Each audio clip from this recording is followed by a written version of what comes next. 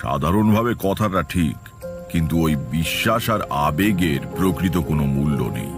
কিন্তু সরল বিশ্বাসের মূল্য তার সারল্যেই। কিছু পাবো বলে আমরা ঈশ্বরে বিশ্বাস করি না, ঈশ্বরে বিশ্বাস করতে ভালো লাগে বলেই তা করি। যদি কেউ অন্যরকম করে তবে তার দোকানদারি। বাবার সম্পত্তি পাবো তাই বাবাকে ভালোবাসি, এ কেমন কথা? তোমরা পানি ফল তো খেয়েছো নিশ্চয়ই। পুকুরে পানি ফলের ঝাঁক দেখেছো কখনো? পানি ফলের ঝাঁক অর্ধেক পুকুর ছেয়ে থাকে, কিন্তু যে কোনো একটা জায়গা ধরে টান দিলে সবটা একসঙ্গে নড়ে ওঠে। আমাদের বেঁচে থাকাও ঠিক তাই। আলাদা ঘটনা বলে কিছু হয় না, সবকিছুর সঙ্গে সম্পর্কিত।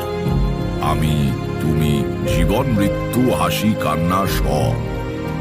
তোমাদের এখনো বয়স অল্প, পরে নিজেরাই সব বুঝবে।